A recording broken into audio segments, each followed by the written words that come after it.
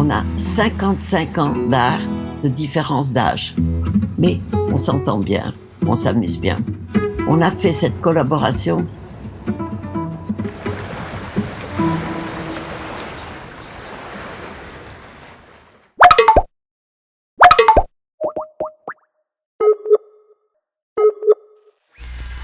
Est-ce que vous me voyez? Comme ça. Jolie, ça va? Vous la voyez là? C'est moi, JR, mon partenaire, mon complice. JR est un artiste, photographe, et moi j'ai fait aussi ma carrière. On a dit qu'on commençait. Salut camarade. Salut camarade. Notre couple était rigolo. Comme ça, cette vieille dame toute petite et le grand type jeune. Vous savez que j'ai 90 ans? C'est un chiffre ça. 9-0. Pendant 15 mois, une trentaine, mais village, on a voyagé avec son camion. Mais notre désir était de rencontrer des habitants de France.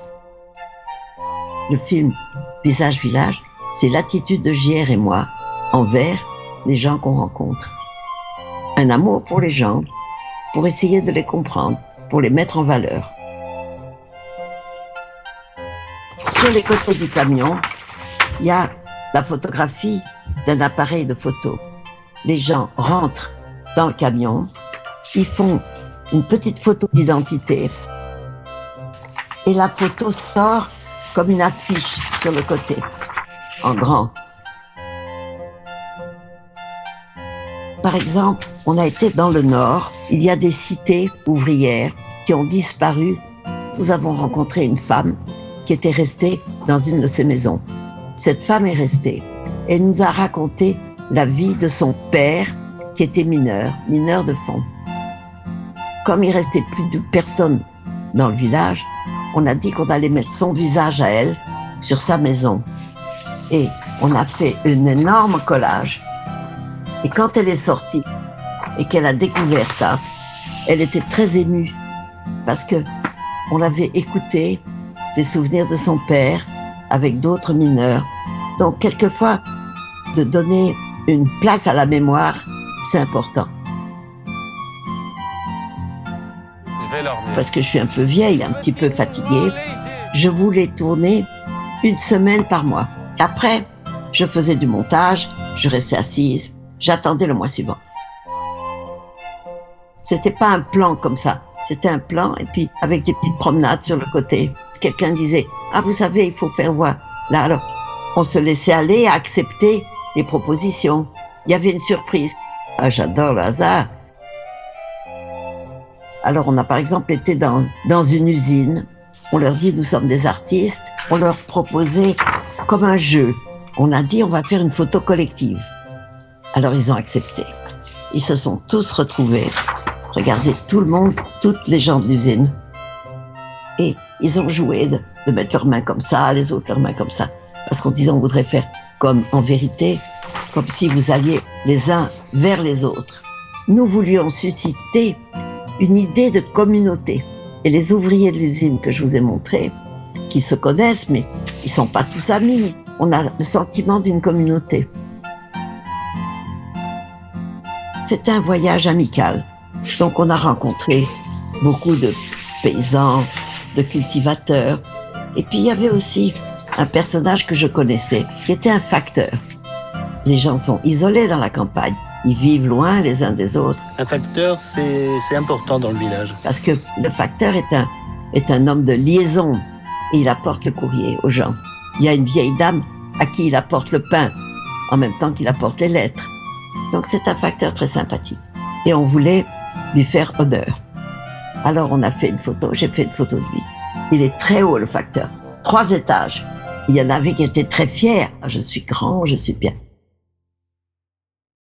JR, il voulait me montrer un rocher, un gros rocher de la guerre de 40. Et il voulait mettre quelque chose là-dessus. Et figurez-vous que dans ce village, au bord de la mer, j'avais connu un photographe qui s'appelle Guy Bourdin, qui est devenu très célèbre. Mais à cette époque-là, il avait 20 ans, moi aussi, on était amis. Et j'ai pensé que c'était un hommage à mon ami Guy, qui était mort maintenant, de le mettre là. Et on a fait une photo, on a mis la photo. C'était comme si on faisait une tombe pour mon ami Guy Bourdin, dans cet énorme rocher. Le voilà comme un enfant dans un berceau. Et vous savez, il y a des marées. La marée arrive. Et la marée du lendemain a tout effacé. On a des magnifiques femmes qui vendent des parfums, des magnifiques femmes qui vendent des cosmétiques. Cette invasion des visages du commerce, on voulait répondre avec des grands agrandissements, des gens normaux, anonymes, travailleurs, sympathiques avec nous d'ailleurs, très gentils. Et on a fait amitié. Chaque personne, si on l'écoute, a quelque chose dans les yeux qui se réveille. Lui, il s'amusait beaucoup parce que je suis un peu vieille. Alors, il s'amuse de ma vieillesse. Par exemple, j'avais du mal dans les escaliers. Il n'était pas du tout « Attention, vieille dame ». Il me bousculait, allez, dépêche-toi, viens. Et ça m'a beaucoup plu parce que finalement, le respect des vieilles dames, c'est très fatigant pour les vieilles dames. Bonjour. T'es encore dans mes doigts de pied? Donc, mon amitié avec JR est solide et très agréable. On se parle tous les 2 jours en FaceTime. Je pense qu'il faut partager la bonne humeur. Il y a beaucoup de raisons d'être malheureux. Si on dit toute la journée « Ah oui, il y a du malheur dans mon... » Oui, mais on ne peut pas mastiquer le malheur comme un chewing-gum. Moi, j'aime beaucoup voyager parce que je suis curieuse. Mais j'ai été impressionnée en Chine parce que j'ai été en Chine en 1956 et 57. On a serré la main à Chou En-lai à l'époque. Et j'ai fait un voyage de 2 mois qui était une découverte extraordinaire. Dans les campagnes, dans les villes. Le monde chinois était tellement différent de ce que je connaissais. J'ai fait le fleuve jaune, j'étais à Chongqing, j'étais dans le Yunnan. J'ai fait 2 mois passionnants. Mais quelquefois, j'arrivais dans un village et je pense qu'ils n'avaient jamais vu un occidental. Alors ils montraient mon nez et ils riaient, les enfants. Ils me voyaient comme un clown parce que mon grand nez, je ne pouvais pas m'excuser. C'est mon nez, je ne pouvais pas le couper. J'ai appris à boire l'eau chaude en Chine. Tous les matins, ce matin, je fais un grand verre, 2 verres d'eau chaude. Et j'ai trouvé ça très agréable. Et ça me rappelle la Chine.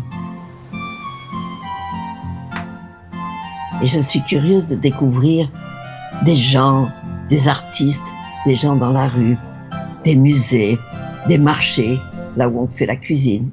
Mais maintenant, vous savez, je me calme un peu et je ralentis beaucoup. Je vais essayer de me nourrir avec les souvenirs que j'ai. Pas beaucoup parce qu'ils s'en vont. Ma mémoire s'en va un petit peu comme ça. Ma mémoire, hop, c'est des oiseaux qui s'envolent. On a conscience qu'on est éphémère, que notre travail est éphémère. On a tous une petite réserve. On a des émotions d'amitié, de musique, de rencontres, et puis des films qu'on a vus et qu'on n'a pas oubliés et qu'on admire. Voyager, on apprend, on garde des souvenirs, on oublie les souvenirs. Et puis il faut rester toujours un peu curieux. Si on ouvrait les gens, on trouverait des paysages. Moi, si on m'ouvrait, on trouverait des plages.